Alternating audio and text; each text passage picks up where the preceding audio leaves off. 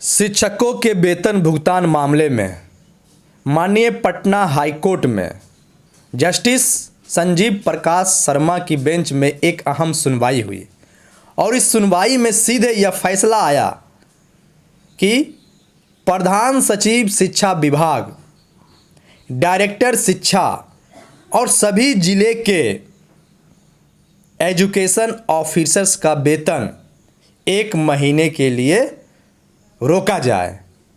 यह फैसला इस सुनवाई में आई। चलिए सबसे पहले मैं आपको वो स्टेटमेंट जो वेब कॉपी में लिखा है वो पढ़कर सुनाता हूँ।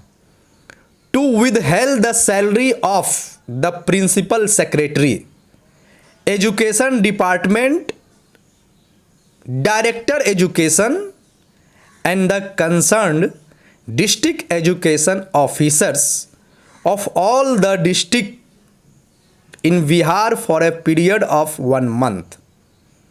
The affidavit may be filed of the concerned respective officers in the court informing the steps which shall be taken for releasing salary of the teachers who are presently employed with the state. जी हाँ, इस judgement में इस बात पर बल दिया गया है कि अगर कोई कर्मचारी बिहार सरकार में काम कर रहे हैं तो फिर उनका वेतन किस आधार पर वर्षों रोका जाता है।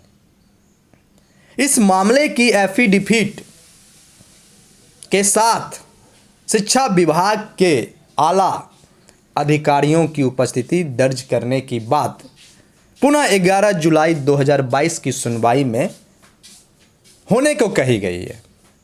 किस कारण से और आपने क्या स्टेप्स लिया इन टीचर्स के सैलरी को भुगतान कराने के लिए। जी हाँ, शिक्षा विभाग के आला अधिकारियों से इस बात का सवाल जवाब किया गया है और 11 जुलाई 2022 को जो सुनवाई होनी है इस मामले में पुनः उसमें एफिडेविट के साथ उपस्थित होने को कहा गया है। शिक्षा विभाग की एक पुरानी व्यवस्था है, एक पुरानी आदत है, छोटी मोटी कारणों से सीधे वेतन रोक दो।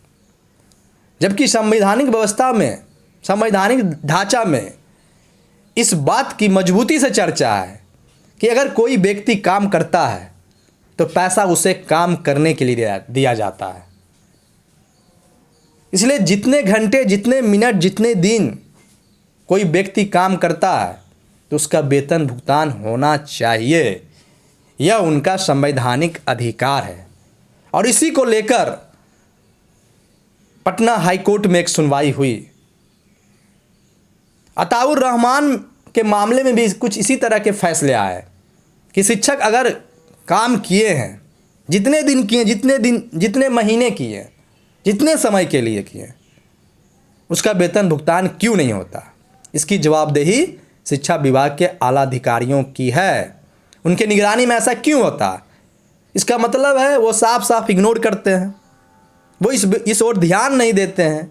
इसलिए इन सभी पदाधिकारियों का वेतन 1 महीने के लिए स्थगित किया जाता है।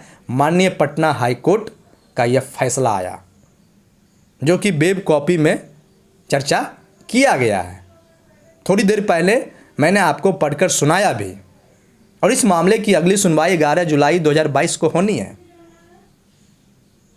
और प्रशिक्षित शिक्षकों के मामले में भी कुछ ऐसा ही कहा गया है कि जब उन्हें हटाया नहीं गया है, मौखिक रूप से सिर्फ कहा गया है, वेतन रोक दिया गया है, तो जितने समय के लिए उन्होंने काम किया, जो उनका पैसा है, जो उनके मेहनत का मजदूरी है, उसका भुगतान हुआ। और पहले वाले ऑर्डर में भी भुगतान करने के लिए कहा गया है, लेकिन अधिकतर जिले में भुगतान नहीं हुआ।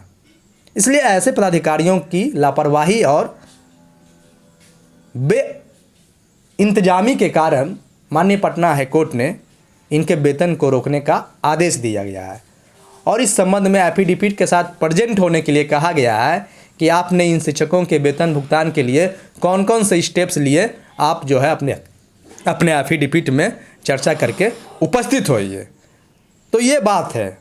माननीय पटना हाईकोर्ट का फैसला बहुत ही संवैधानिक है शिक्षकों के हित में है। इसलिए बहुत बहुत धन्यवाद। नमस्कार।